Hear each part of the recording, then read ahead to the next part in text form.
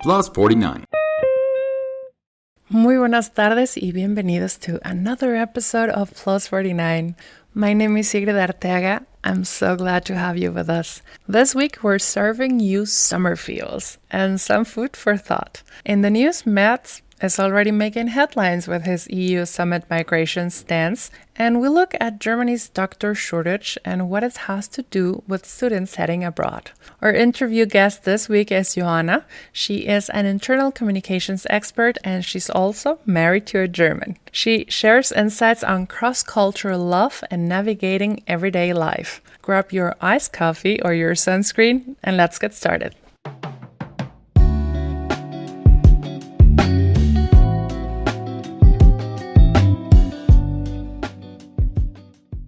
Let's kick off this week's episode with a look at some major political and social developments in Germany and beyond. First up, Chancellor Friedrich Merz is making waves in Brussels. At his first official EU summit, Merz aligned himself with hardline leaders like Italy's Giorgia Meloni in a push for migration stricter policies.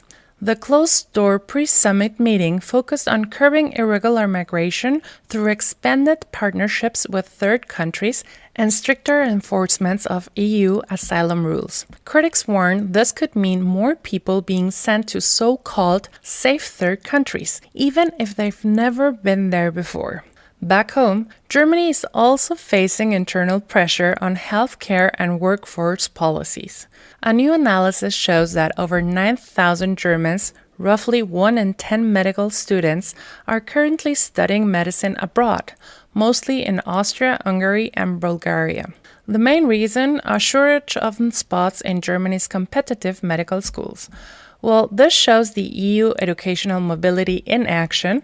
Experts warn that there's little data on whether these students will return to practice in Germany. That's troubling, especially as the country faces a growing shortage of doctors, with over 5,000 general practitioners positions already unfilled.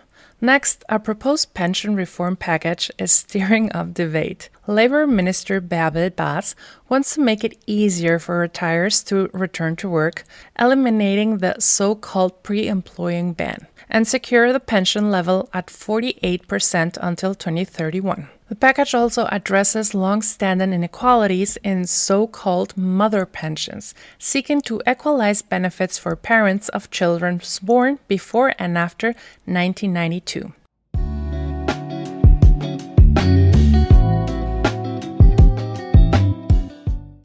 You have probably already heard of The Bachelor. Yes, the one where there's a good-looking guy in a too tight suit and hands out roses and meaningful stares.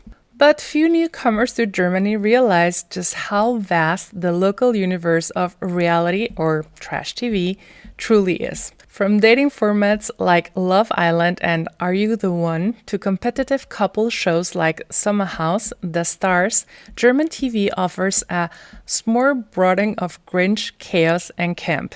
And over the years, this universe has given birth to some truly unforgettable characters. Take Paul Janke, Germany's very first bachelor, who has turned his one-time rose duty into a semi-permanent celebrity status. Or Claudia Obert.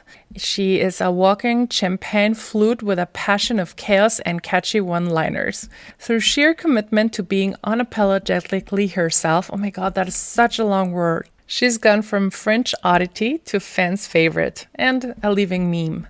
Currently, The Bachelor franchise is doubling down on drama, literally. The newest season features not only one but two bachelors searching for love, because clearly one man handing out roses just isn't enough. And of course, it's not just about watching. A whole interactive culture has gone around these shows. A few episodes ago, we explored Germany's love for quizzes, and surprise! There's of course trash TV that has entered that arena, and all over the country you can have trash TV pub quizzes that are definitely becoming a thing.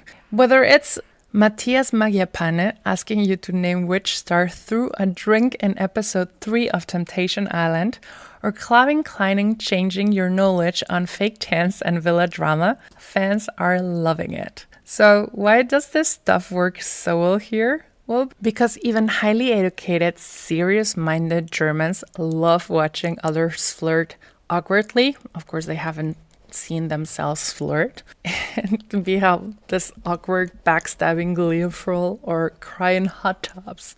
It is an emotional roller coaster of human interactions, served with very good editing, music, and lots of drama.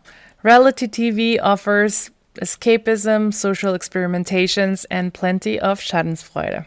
It's not just about laughing about others, though that's of course part of it. It's also about reflecting on how people behave under pressure and then discuss it with your friends like you've just come back from a sociology seminar. Some viewers generally root for love stories. Others are in for the fights, the fashion fails, or the Instagram drama that follows. And with new formats laughing all the time, it's clearly we're all still here for the roses, the tears, and the beautiful edited cows. Otherwise, just ask Heidi Klum why he has been doing Germany's Next Top Model for over, I don't know, like 25,000 years. And of course, you always start the beginning of the year with the jungle camp. That's also a big thing here in Germany. If you have absolutely no idea what we're talking about, just Google the names. Trust me, you will have a lot of fun rewatching them.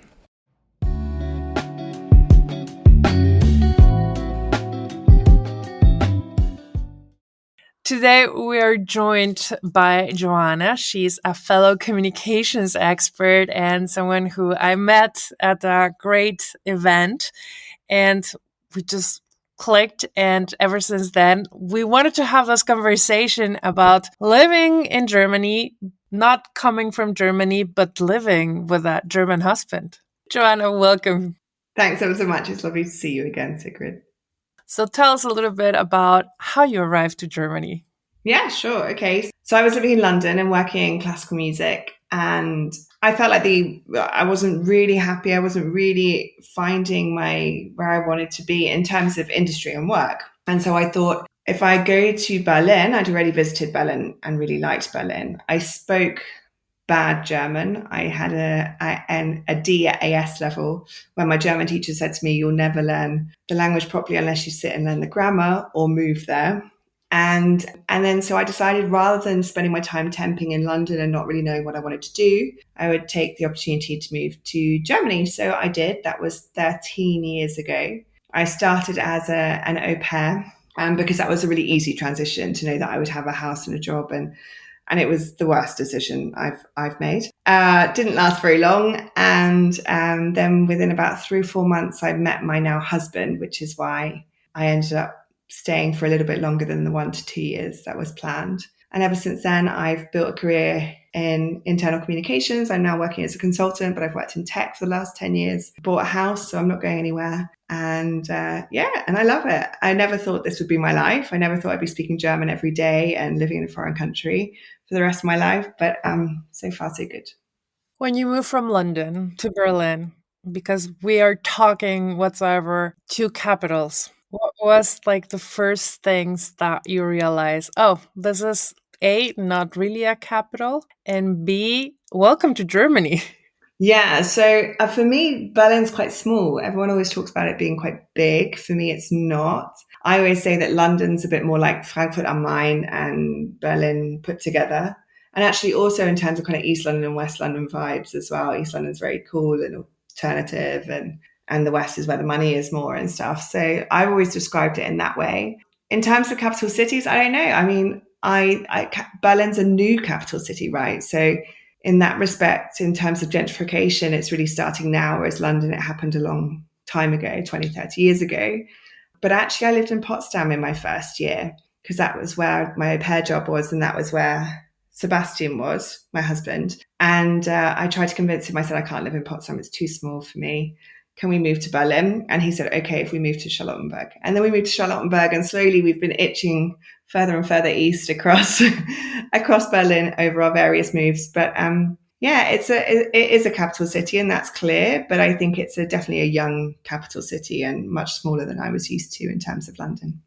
In general, I believe that one of the things that we forget when we move to Berlin is exactly how new it is. Especially if you think that, oh, I'm moving to France or Madrid or even Rome. It's kind of big and loud and has, yes, Berlin definitely has a lot of history. And that part of the gentrification, as you said, is just starting. So it's kind of like, for me, it's also a smaller city. And also, this is kind of the feeling that we've got from internationals when they arrived and they realize that maybe it is not the capital they had in mind before moving here. I mean, I've been here twice. I came here with my A-level German, which is Abitur, right, in that kind of age, 16, 17. And then I came here again with some girlfriends the year before I moved. So I knew what I was getting myself in for sure. But I also think it's a really great thing in terms of smaller, it's easier to get around. It's people have this really, they look out for each other kind of vibe, which you don't necessarily get in big cities. So I think it has its pluses and minuses. I prefer more direct flights to locations from the airport, and I prefer. But I love the vibe that people look after each other and keep an eye out, and there's a lot of kind of self responsibility in Berlin, which I like that you maybe don't get in the big cities where it's really hectic. And I do believe that we're being part of the making of Berlin. This is kind of making some history with Berlin itself.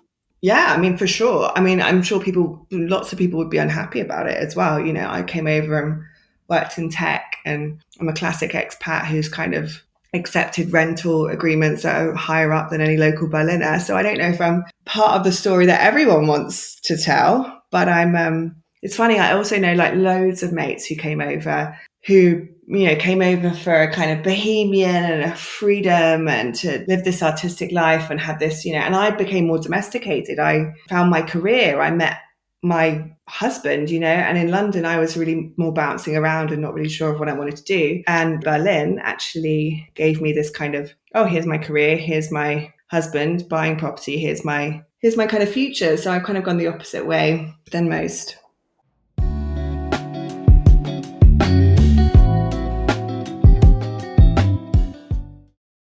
We're back with Joanna. She has been 13 years already in Berlin. Regarding internal communications, just because a lot of people don't know what internal communications is, explain to us, and maybe also a little bit about your work in tech and internal communications.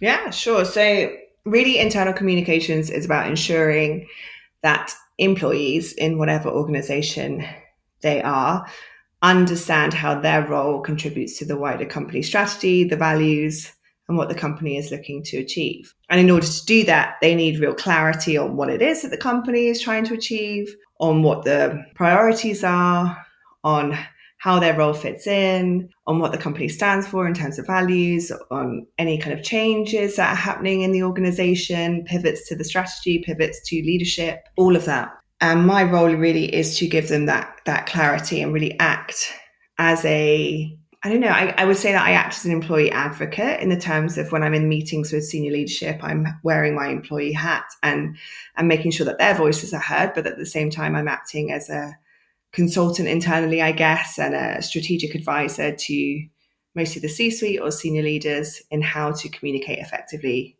in the workplace. And that's kind of how I would describe it. How much does it change internal communications when you have employees from all around the world?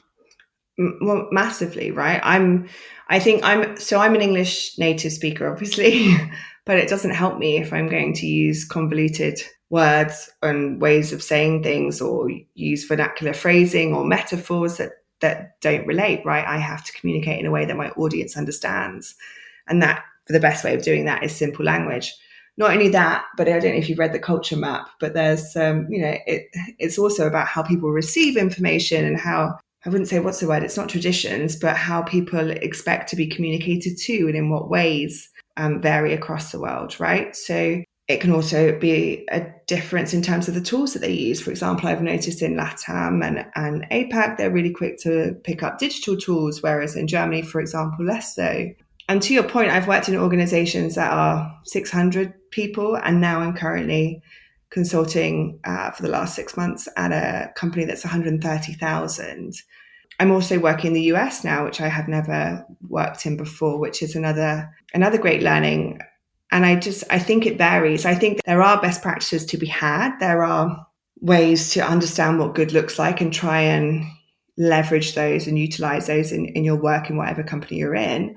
But you have to adapt based on your employees, based on where the company is, based on the geographic locations, based on where the company is in terms of, is it going through this startup to scale up phase where there's lots of transition and changes to the culture intrinsically, or are we a massive DAX listed organization and in a regulated industry that needs a lot more thoughtful, conscientious internal comms perhaps, and a lot more approval rounds, for example. So really it looks different in every phase of a company's life, in every location in a company's life, and you really have to rely on those around you who can support you in helping you understand what that looks like for your employees.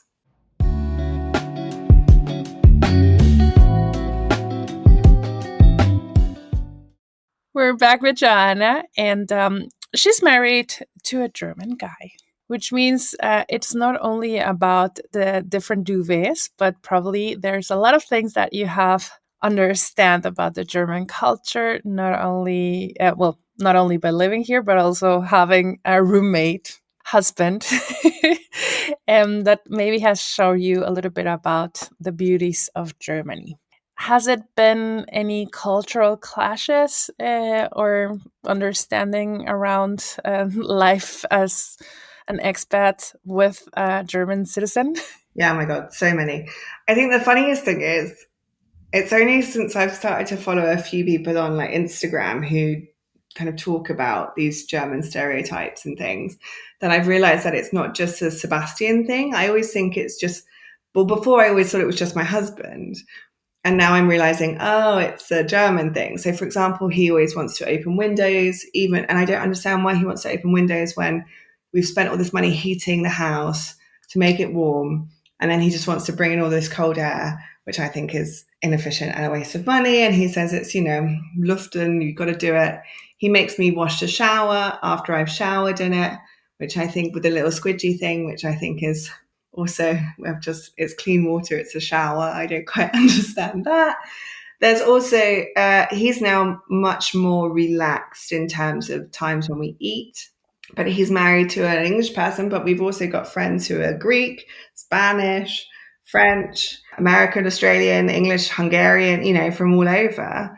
And we don't eat dinner at 6:30 every day, and we don't eat lunch at 12:30 every day. So I think these little things, again, I always thought it was just him. I thought it was just Basti, and that was how he was. And actually, it turns out it's more of a thing than just him. But there's loads of things. But I think we just, like any relationship, you try and understand each other and try and get where they're coming from, and then everything is fine. And I think there's a lot of things that I've adapted to myself. For example, I can no longer sleep in a warm bedroom because I'm so used to sleeping in a freezing cold one now that when I go back to England or to a hotel, I'm always opening up the windows.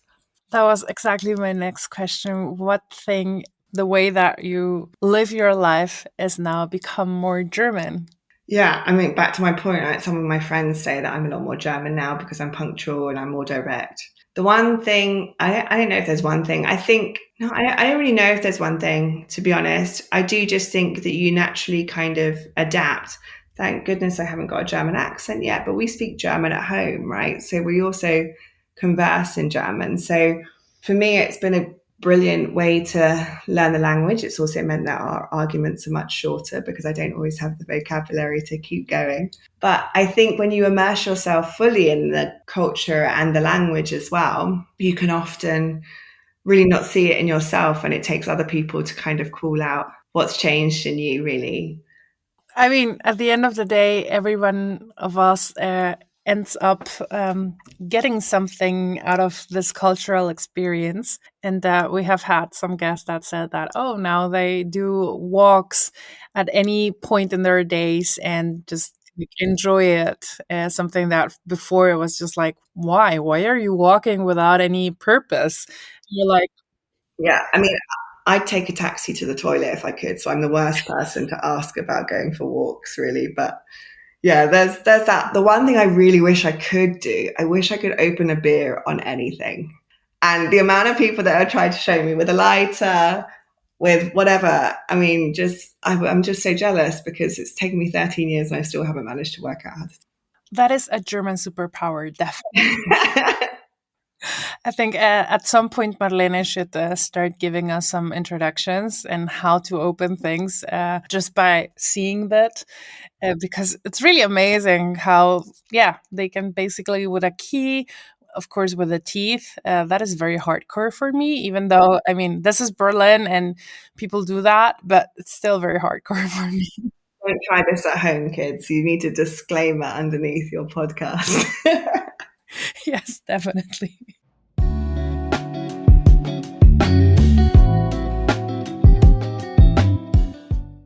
We're in our last segment with Joanna. Do you think C-levels understand the importance of internal communication and intercultural communication? Yeah, absolutely. I do. I think at least in my experience, every C-level that I have worked with has done, but then they've hired me. So if you hire me as an internal comms director, you must understand to a certain extent the influence and the impact that someone in my position can hopefully have in the organization. What I would say is more the challenge. There's an education piece for a lot of employees around internal comms and what we do. A lot of what we do isn't always visible. Sometimes the best work we do is preventative and therefore not visible at all, right? But also I think in my last permanent role, for example, there was some heartburn around, am I a puppeteer for the C-level? Are we becoming more corporate? Do we have this now kind of mouthpiece that isn't going to tell us the truth? And so there's a lot of education work, I think, with employees based on their experiences in general, right? But with C-level generally, my experience is absolutely. However, in times of crisis, in times of when there's just a huge amount of operational decision making to be done, or something that is hugely impactful or risky for the organization, they need to know that they can rely on internal comms to deal with that, and that they don't have to think about that while they're busy doing all of their other things. We were also talking about, like, sometimes as an international, you feel a lot of things personal. We have had in previous programs that one of the things that Germans really do is be very straightforward, and that Berlin teaches you and Germany teaches you not to take things personally. And that is the best way to just say, like, oh, it is nothing wrong with me. It is just the way that things happen in Germany. And maybe, Joanna, I don't know, do you have any other examples or things that you would mainstream situations? Customer service, that's a massive one in terms of Germany, or particularly Berlin. It's improved loads and it's so much better. But when I first arrived 13 years ago, I remember being in a restaurant thinking, am I inconveniencing this person by asking for food? So I think it varies, but I also think it's different ways to demonstrate care and different ways to demonstrate manners, and it's different ways to demonstrate your relationships. And I think it's just different. It's not worse. If I think about manners in terms of, I think Germans say please less as a language than English people do. And they definitely say sorry less, because English people say sorry way too much. But then I've always met German men who will open the door for me, or who will give me their coat, or will let me on the train first. So I think manners and ways of interacting with people and ways of speaking to people do vary on culture. And it's not necessarily a good or a bad or a way of doing it. It's just different. But if you ask some of my friends now in the UK, they'll say I've become more German. And I think what that means is I'm more direct. I think I say sorry less. And I'm always on time, and I never used to be. I think it's really interesting seeing on how these different ways we are and we react to certain things. And I think we can talk a lot longer about this, but for now, I think we have to come to an end. But before we go, maybe you can tell us where we can find you. I'm on LinkedIn. My name is Joanna Schild. You can find me on linkedin.com/in/Joanna-Schild, I think. Yeah, if you want to follow me on LinkedIn, I'd love to see you there. Thank you so much, Joanne, for being with us today. You're more than welcome, Sigrid. It's great to see you again. Thank you for having me. Have a great rest of the week. Thank you.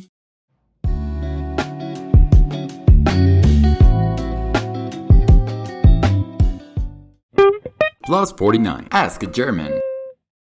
I would love to better understand Germans' obsessions with Späti beers and a little bit more around Späti culture. If you've ever spent any time in Berlin, chances are high you've stumbled across or out of a Späti. These small late-night shops, short for Spätverkauf, are more than just a place to grab a club mate or emergency roll of paper. They're part of the soul of the city. And yes, while Berliners might act chill about most things, they get very passionate when it comes to their local Späti.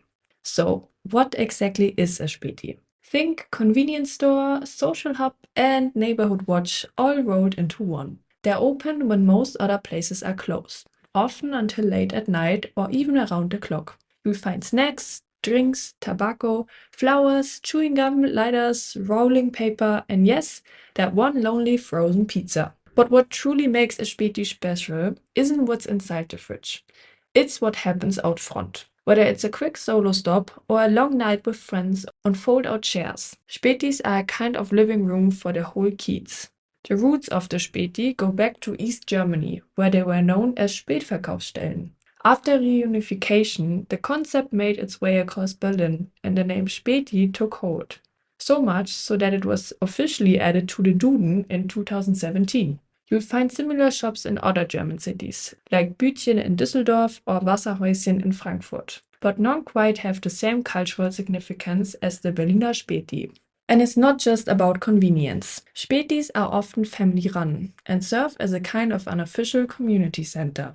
You might run into your neighbors, hear local gossip, or end up watching a football match on the tiny TV behind the counter. Some even double as post offices or offer free Wi-Fi. But all is not well in Spätiland. Since 2016, tighter rules on Sunday trading have hit Spätis hard, with around 800 forced to close. Creative legal loopholes have been proposed, like turning Spätis into charging stations for e-bikes to classify them as fuel providers, but so far no permanent fix has emerged.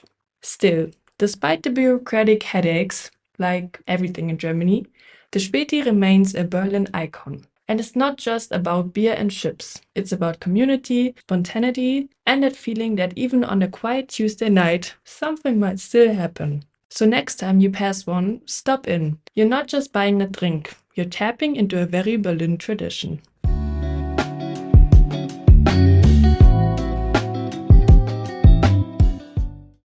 That's a wrap up for this week's episode of Plus 49. A big thank you to Joanna for joining us and offering her insights into life between cultures, finding a home, and the little things that help us feel grounded. Also, thank you very much to Marlene, who makes this program happen. If you have missed any part of our conversation or want to explore more stories like this, then head over to our website, www.plus49.de. It's all there, along with interviews, tips, and tools for life in Germany. We'll be back next week with more voices and views from the expat side of Berlin. Until then, be kind to yourself, stay curious, and maybe text that friend you've been meaning to. Hasta la próxima.